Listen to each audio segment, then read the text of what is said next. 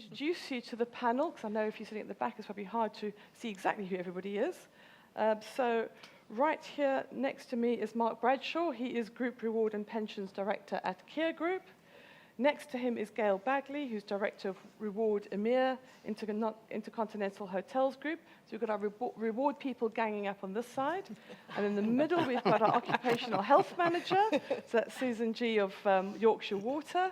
Some of you may have seen her speak before, very good in this particular area. And then we have Sarah Jane Norman, and she's our HR person, so she's Group People and Culture Director at Innocent, which is the smallest of the employers represented up here with 550 staff versus the big giants on either side of her. And of course, you've just heard Tom, so you know exactly who he is. So I'm going to start off directing my very first question to Susan. I did warn I was going to ask her first. And I thought, I'm not answering. Don't do that to me, please. Don't do that to me. Oh, go on then. I thought it'd be good to start with you, Susan, to tell us how a good connected well-being program should work. Well, I think there's a lot of focus on well-being, being things that you do in addition. And actually, it's about good work. It's really about recruiting the right people. So for me, it's right round the employee life cycle, if you like. Before you recruit people, you should be thinking about the jobs that you're going to recruit them into, making sure that they're best fit for it, that the work's good, that the work's safe, that the work's secure, that people are paid a fair wage, that people know what they're doing, that they're trained and supported, that you've got emotionally literate managers. Because if you create a place where people have got the best opportunity to be the best they can, accepting that, you know, people are different and people want different things from work, but essentially, you know, I'm going to quote you now, Debi, but you can't yoga your way out of a toxic workplace. Mm-hmm. You know, you can't, it doesn't matter what you do as additions. If you haven't got the basics of good work in place, then you're wasting your time offering, you know, incentives around iCare vouchers or whatever else it is you want to put in. So it all links, I think, perfectly to the policies and procedures, flexible working, the rewards and benefits. I always think that well-being is a bit like trying to describe Catholicism to a five-year-old, you know, where you're saying Father, Son and Holy Ghost, but it's all the same thing.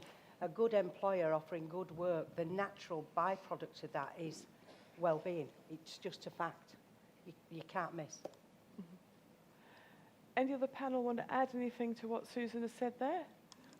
No, I mean, I would absolutely agree with what Susan has said. I do think that if you're not doing the foundational elements well, laying over, it's like frosting on a cake, right? If the cake is bad under the frosting, people are going to notice. So, and I would argue with some of the statistics I showed when I arrived in the fall, very late fall of 2014, I would argue that we had a bit of some toxicity in our culture. And all of that we put in place wasn't just about well-being. We focused on things like making sure that we didn't just hire salespeople.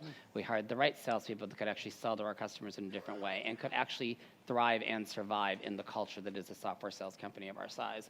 And then also we focused a great deal on just management and leadership. To your point, you know, if you have ineffective leaders and managers, concepts like this just go over their head. They are simply focused on the bottom and the top line. And so I think we looked at numerous pillars of which well-being was simply a part of one, but is an overlay to everything that you do. It's got to be leadership, board commitment, leadership and management involvement. Absolutely. And everything, if you get that in place, then everything else can follow. And for us, it was important because we are a competitive company. So you start to see other countries going, oh, well, they're on that list. Why aren't we? And then it does start to drive an internal culture across the company of, well, you do want to be the best. And so I think that was important for us to begin to see our entire company shift its focus in that way, because it did force many of our countries to sort of look at themselves and go, where are we comparing now against to what we say we're doing in the marketplace, and how does that live up to our proposition when you actually arrive here? So, okay. I was going to add one yes, thing. do. The one thought I would also add is that for us as well, the well-being and good work extends to a connection with the company's purpose. Mm-hmm. So for us, we've got quite a clear purpose around being good all round, and if we employ people who can connect to that, that also creates a really good sense of well-being, and they can then feel like they're contributing not only to the workplace but also to their own personal purpose, and that's a really important part, I think. So I want to get now properly into the weeds of this joined-up well-being, because we've talked about culture and leadership, so we've set the agenda. But how, in your different roles, does that actually happen in terms of the reward function, the well-being function, occupational health, and generalist HR? And how do you, Gail, I'm going to ask you this one first, how do you get these to work together better to deliver what we answered in the first question? Yeah, so I mean, touching on what Susan said, you know, it starts right at the beginning. So if you haven't got your talent attraction team engaged, to then going into your HR business partners, your reward team, then it's all going to, you know, fall down. You need everyone on board, and, you know, within IHG, we have created a long time ago now our winning ways, and one of those was working better together, making sure that, you know, each team is not working in their own silos, because in some areas you're otherwise duplicating the work, what's going on as well. Last year we went through a big change with our performance management and looked at our growth behaviours, and one of them again is build one team. So I think, you know, all of this extends far wider than just the HR coming on board with this. You know, we've heard earlier this morning, it's really important that, you know, the CEO, the top executives in the company can help drill the message down into the business that what an important subject this is. And if you haven't got everyone engaged in it, then, you know, trying to build the journey that the companies need to go on to just make sure everyone is at their best, whether it's at the workplace, whether it's at their home, it's just not going to happen. You know, we've started engagement with Change 100 to bring, and this year we've been successful with 10 interns that are going to join us, and one of them is in HR, and we're actually going to be working particularly with the one in HR to work out how can we be better with that intern program. So in terms of the disability, because obviously Change 100 works with interns that may have mental health, disability, various ways to bring them into the workplace for 3 months paid work. So is there things that we can be doing better within our HR team to be able to support that future generation that, you know, sometimes struggle with work in the first instance? In terms of the strengths of each discipline, what do you think the strength is of reward versus the strength of HR versus the strength of health? So I think well-being is obviously touching across a multitude of different things. So, you know, we need our talent and our diversity team thinking about our diversity inclusion policies. You know, it thinks about flexible working. It even goes down to even our corporate responsibility team looking at volunteering programs. All of those things all come to be important to what people want nowadays. So it's that whole wide piece, and we all play a part in having the right programs in place, whether it's the right family leaves or the various different things, because obviously we're all unique and we're all different and we all want different things. Does anybody else have a view on a particular strength of each discipline that they could bring to this?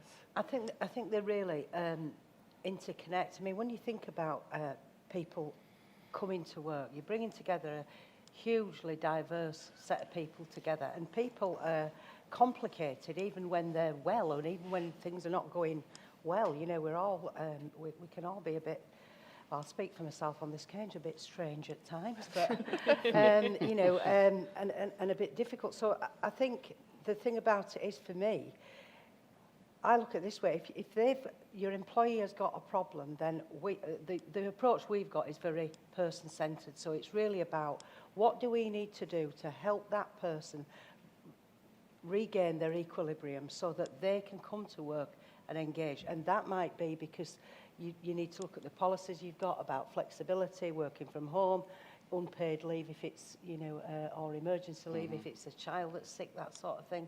You know, they need to be trained. So I think it absolutely all just meld together. The occupational health piece, again, is there for them bits, because people are going to get sick. I mean, there's this idea that, you know, a good company will get his sickness absence down to nothing. It's never going to happen.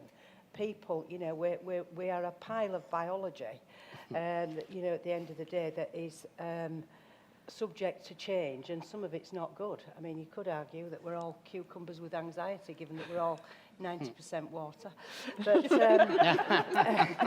but, you know, that's what happens at work. So I think what we've got to accept is, when you buy an employee, when you get an employee into your organisation, it's akin to buying a house on the strength of only being able to look at the front door, where you could say, well, that looks nice. When we go for an interview, we don't say, I didn't say at my interview, I told them how fabulous it was.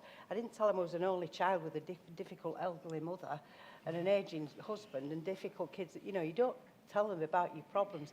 So I think we've got to embrace the fact that when we've got people in our organisation, their health, physical, psychological, and sometimes a mixture of both, is going to be subject to change. And we've got to remember why we wanted them in the first place. Why did we fall in love with them? So that's, I think, where we all connect up. Yeah. Have I rambled there? Sorry. No, you're absolutely fine. But I want to bring Sarah Jane in. We were talking last week about your experience at Innocent. So Sarah Jane has come from the business side of the business into HR, and that's been interesting for how she's viewed her role. But also, it's a company, you may have seen that Innocent obviously is expanding, it's going into Asia, I think next week or the week after. You've got 550 staff, you're expecting to expand to 1,000 staff. So that changes what you do and how you do it. And we thought, well, brilliant opportunity to say, okay, sort of starting with a blank sheet of paper, not really. What structures are you putting in place now to ensure you've got that joined up approach across your different departments and how you work as an organisation, especially as you grow? Yeah. So yeah, I guess I'm really lucky, I guess is the first thing to say, in the sense that the three founders of Innocent, when they quit their day jobs to set up Innocent, decided that the whole company ethos would be around helping make it easy for people to do some good. And as part of that, they made it really clear from the start that that included doing good for our people as well, and doing good, I guess, in the way that we do business as well around sustainable capitalism. So we've got a brilliant platform. I guess my main challenge is that at the moment we talk about well-being as creating the conditions for everyone to thrive in our organisation. And as we grow rapidly, so we're about 550 people as I sit here today. In a year's time, we'll be 800 people, and then beyond that, probably by 2023, we'll be around about 1,000. But also what's happening is we're going from being in 17 countries to expanding rapidly across a number of different countries. So as Debbie talked about, we're launching in 2 weeks in Asia. So we've just opened offices in Tokyo and Shanghai. So it just brings a whole set of new challenges. So we're doing loads. So I thought I'd talk about three things that we're doing. One is that we're really thinking about our culture. Our culture's been really important. It's been a huge part of our success in both attracting people but also retaining them as well. And everyone talks about the culture in a different way. I guess I thought about how do I bring that to life, and one of the questions that we're asking our team is, if you cast your mind back to your first day at the company you work at right now, what did you go home and tell your partner, your family, your friends about your first day? And that's a really good sort of insight into probably what the culture of the company is like. And for us, we need to answer those questions and find a way of codifying it and then transport that culture to the new environments in new cultures with new people. So we're thinking about how we do that. The second thing is around our systems.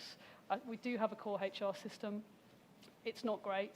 And for me, that will be a big barrier to the flexibility I'd like to build in, because we've got a really diverse workforce, but it's going to get more diverse. So how do I make sure the systems that we've got aren't a barrier to allowing me to bring more flexibility into our reward offering, for example, or bring more flexibility into the benefits that people can opt into. At the moment, we just have a one-size-fits-all. So that's a couple of things that we're doing. There's loads of things that are happening, but I just thought that gave you an insight into the two things from my perspective and what we're hearing from our organisation are the things that we should focus on. Is anybody else on the panel that comes from a larger organisation listening to Sarah Jane and going, well, my tip would be, anybody got a tip for her if you were starting with a blank sheet of paper? Yeah, I mean, I think you need to build in the concept of how everything you do needs to scale, right? So if I think about in the last role I was in, which was for a division of our company in EMEA, where we are expected to grow 35% this year. That's are they scaling? Can we scale? Are they demonstrating scalability? Because if you design things for your current state now, which many organizations will do, that's where ultimately they won't succeed in the long term, and they won't support your business strategy overall. And I would say, even if you have 1,000 people today, think about it when you're a 10,000 person company, and start to make that case now, because that's how you gain the investment you need today to actually be a 10,000 person company in the future with triple the revenue you have today. So that would be the best advice I would give, is think big, but also think multiple years to get there, right? Because again, some business leaders, some CEOs are going to want to sit there and go, that's so far off in my head. Maybe it's their aspirational dream, but you need to start preparing for that now, laying the foundations for that now. And I think you need to have you need to understand who your people are as well. Yeah. You need to understand your information. So we started ours by, who have we got, what's the age groups, what's the difference. We set up a wellbeing group, which is chaired by a director, because getting people important there always gets people there. The biscuits are better. And things like that. But, you need them to turn up. But essentially as well, it's appreciating that we've got a call centre, for example, with 700 people in there.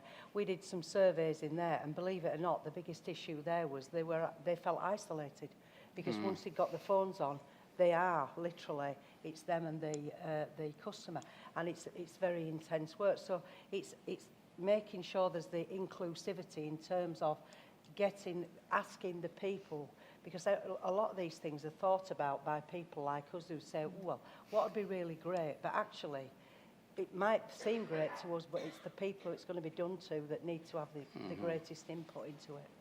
Yeah, I think that leads me neatly on to the next question that we discussed. And Mark, you were going to take this one about data. So this idea of data and having enough data within the organisation, and how you get it from the different departments to pull it together to give you a good picture. I know you're still early on in your journry on that, but perhaps you could talk to that question.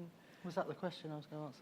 That was. That does not sound like what I said. Something else at the time. We've done quite a bit of work, I guess, in trying to pull data together from our benefits, from our occupational health, and from out in the business. Because we have, we're quite, well, I work for Kier, by the way, so we're a contractor. We're going through a turnaround at the moment. We've just got a new CEO. We were on the 10 o'clock news the other day, which wasn't great, explaining that we're making a number of redundancies. We're selling off part of our business. This is all in the public domain. So that's quite stressful times for some areas of our business. So we're trying to make sure we've got all the facilitation in place. So we've got our agile working policies, but we have people who work on the highways. They've got to dig a hole in a certain place. They can't really do that from home. So we've got to make sure that we've got everything in place that can be used as flexibly as possible. But with regard to the data, is kind of we're trying to pull together, and we're having some success in taking some data from occupational health, our benefits people, whether it's BUPA, whether it's the AP or whatever, and saying let's try and target some areas, because we employ about 18,000 people right up and down the country. Most of them don't sit in a nice corporate centre. Most of them are out on the roads or building houses or building or whatever they're building. So how do we get to them? How do we communicate we've got a wellbeing strategy? For some people, wellbeing is just being safe. Some of our people that work on the highways, for those of you that ever drive past people that work on there, they get pellet guns fired at them sometimes. They get things chucked at them out of cars, and they get lorries sometimes that drive deliberately close as they drive past them. So for them, it's just making sure that we put everything in place that makes them as safe as possible. That's what wellbeing means to them. There's our corporate centre, and they're quite stressed at the moment, which makes a change for them. So we're trying to put some help around AAPs and some stress relievers for them to kind of help them through this difficult time. So pulling the data together has helped us kind of target that, because we have quite a limited budget, frankly. So if we can see spikes, whether it's musculoskeletal stuff that occupational health are telling us out on the highways, unsurprisingly, or a spike in stress in our corporate centre, well, we can use that data to kind of point them in the right direction. And discovered, one great example that I think saved us quite a bit of money was we have a lot of local businesses. They're obviously working in some degree of isolation, and if they do have musculoskeletal problems with somebody, they might be paying for them to go through some kind of treatment to get them back to work as quickly as possible. We can probably do that with the benefits we've already got, either more cheaply or as part of what we've already, or what we already provide. So it enabled us to kind of say, well, there's a better way of doing that, just putting that data together. So, yeah, I've rambled on there, haven't I? But I did get back to data. You did get back to data, and it was probably unfair because I picked up one angle of what we spoke about last Debbie, week. can I add, You can come add in something absolutely, onto Tom. that? So I would say, again, if you understand our business, I mean, data is the core of what we fundamentally do. And I would say that we have an exceptional amount of what we call operational or O data. And this is not a plug or a pitch for our company. I'm not a salesperson, although I think I could do it. We just acquired a company called Qualtrics, which is all about experiential data, so what we call X data. And so you talk about we live in an experience economy today, and it's the same thing for employees internally. So what we now will have the ability to do is to measure experience on top of the operation. So we can look at turnover, we can look at days missed due to absenteeism. That's all frankly, past-looking data. What the experiential data will allow us to do is to really look at the emotion behind how people are experiencing their experience at SAP. And so we've just begun this journey in terms of really beginning to marry the two up and to measure them. But I think that will be, and if you hear Bill talk when he is out selling, that will be our next big bet around how do companies, both with your customer, but more importantly with your employees, really measure the experience that they have. And if you can marry those two things up, then I think that is sort of the, you talk about data and analytics and having a seat at the table and all those overused phrases that HR has to deal with often for the past 25 years. That's the seat at the table, right? If you can sit there and talk like a CFO does, but actually talk about the experience that your organization is having along with the operational data, that is, you'll get all the investment you need in the world to be successful and drive a compelling experience Brilliant. and well-being. If we There you solved go. the mystery, There we you can all go home. Yeah. I'd like to switch now to the Slido questions. So we've got some more up our sleeve, but there's some good ones coming through. So how do we shift well-being from an HR initiative to a company-wide ownership of the challenge and opportunity? Board involvement. Yeah, I Board completely involvement. Board agree. involvement. So- It doesn't, you cannot do anything unless they're interested in it. And I think the other thing as well is the education piece around, because you hear a lot about people wanting a return on investment of, you can't guarantee that there will be any returns on investment because you do things, you have to do them for the right reasons. But if you start to put in wellbeing agendas because you're looking to improve engagement, or if you're looking to improve, sickness, absence, that kind of thing, you won't necessarily get that, which is why it's really important to do health needs assessments so you understand your people, you understand your data. For example, we did a physio thing, so we knew that we had a lot of problems with MSD, unsurprising, we've got a lot of field techs. We invested in a lot of education around MSD, day one physio referral. I'll cut to the numbers. In 2015-16, we spent £161,000 on physiotherapy and interventions. Last year, we spent 32k. It speaks for itself. I haven't actually done any research, but in the absence of anything else, and the fact that we've still got an ageing workforce, I think that's where we're at. So to go back to that, you need to start at the top and you need to sell them the benefits of, if you want your people to be able to come to work and be the best they can be on any given day, which might not be their best day, then you need to be interested in it, and it needs to be visible and felt leadership. So is it all about the number? Because a couple of you said you've got to have the data, you've got to have the numbers. Is there another way that you get board involvement? Because we all know the answer is board involvement. Yeah, I How do you think do it's it? them being present and being seen in the business to talk about it. Yeah. So, our CEO is quite open that when he's obviously in the UK, which given a global business, he spends a lot of time on a plane, he will make sure he leaves the office at 5 o'clock because being with his family is important. And that's what, helps him to be at his best. He needs to have that quality time with his family when he isn't travelling.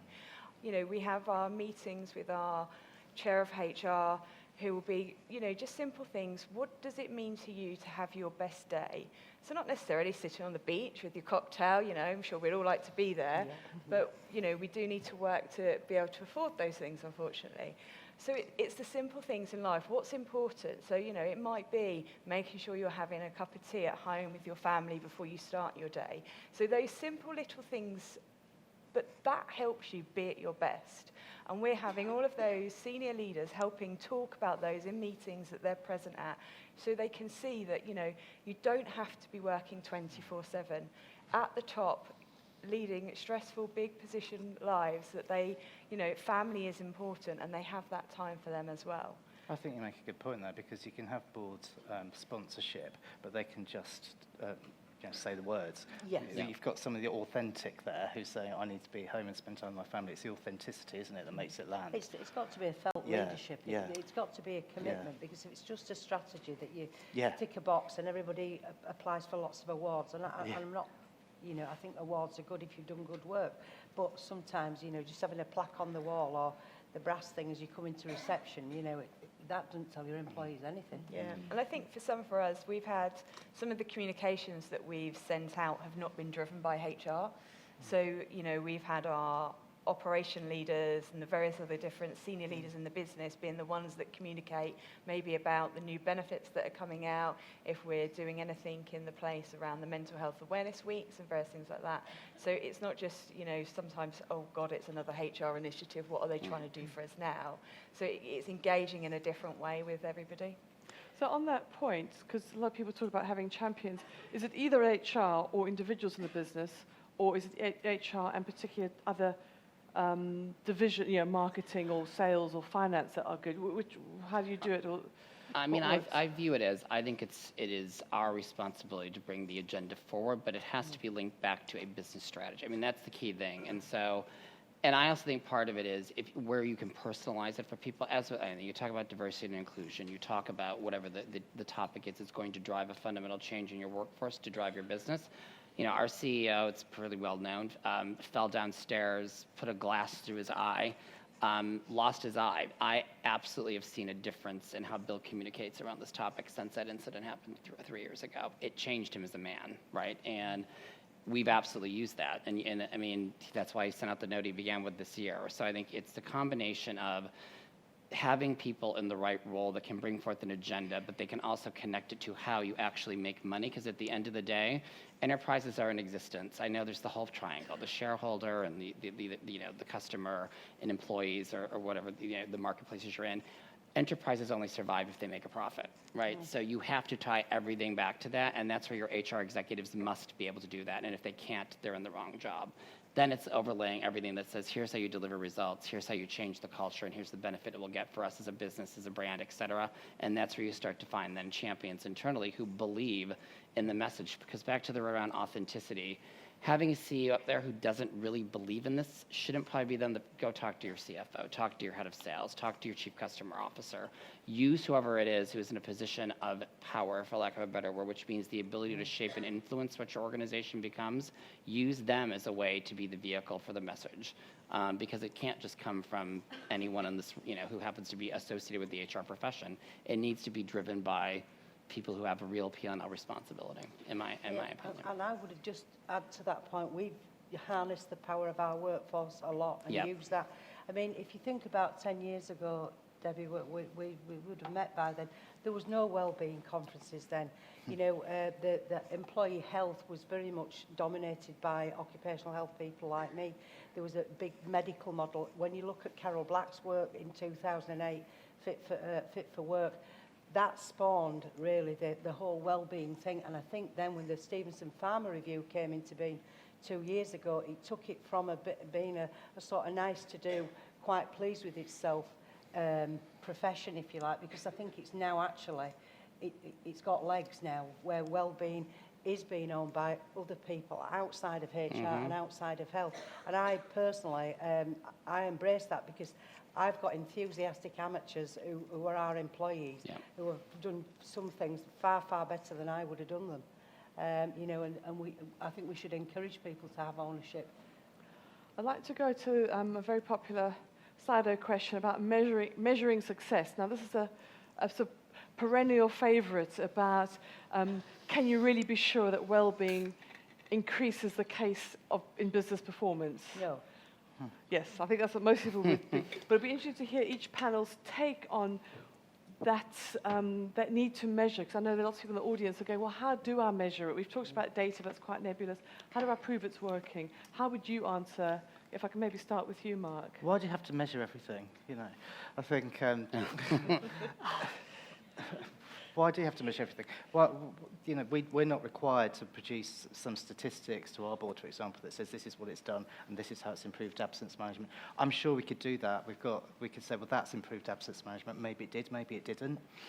So I don't think we do measure success, and we don't aim to, actually. Gail, what's your view on that? Yeah, I mean, we don't look at our absence records or anything like that. I think, you know, there is things, obviously, like we all have with the engagement scores. You know, there is certain reward-related questions around that.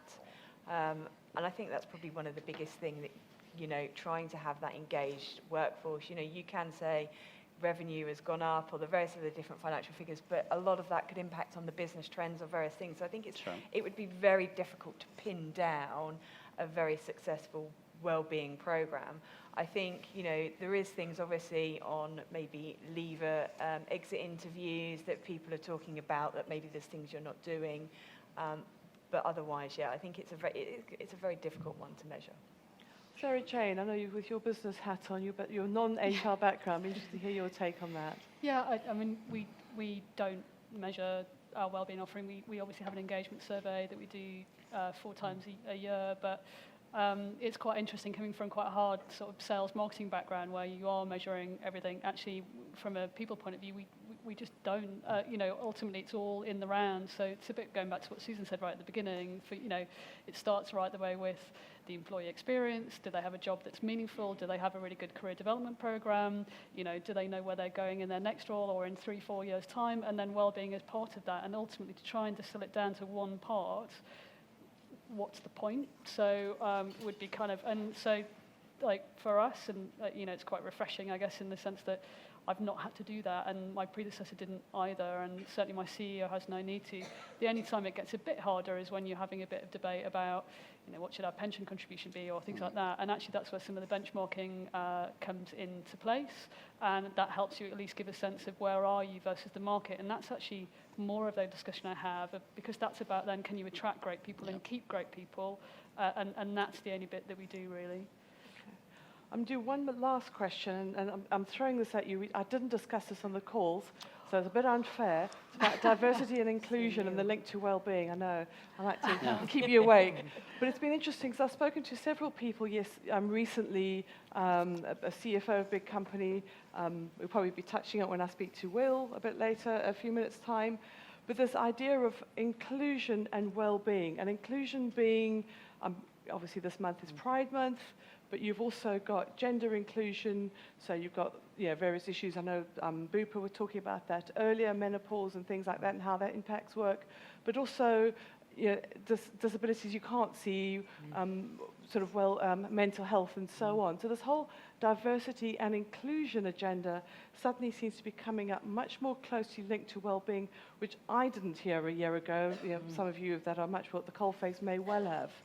So I'm wondering if any of your companies are seeing that and are bringing the link between the diversity and inclusion team and well-being. I'm going to give a really short answer and say we've done loads, absolutely loads.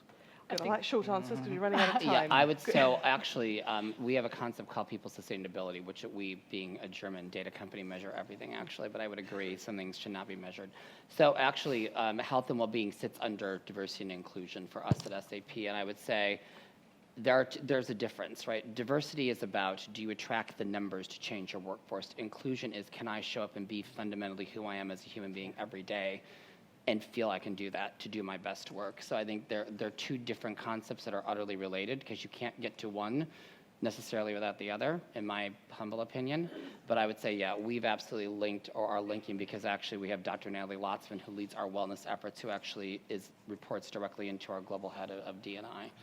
For us as a company. Really quick answer. It's a bit of a, I suppose, sports analogy, I guess, the thought of that whole self-actualization. You will never reach your full potential in whatever you do in sport or in work or whatever without being able to be yourself. So it's really simple. One of our first values is be natural, and that's about being able to be yourself, whatever that is, and feel included. Feeling included or feeling inclusive is part of that. Yeah. So. Brilliant. That's a fantastic answer. I know, Gail, I can see you want to answer that one as well, but we've run out of time. Can we say a huge big thank you to our panel?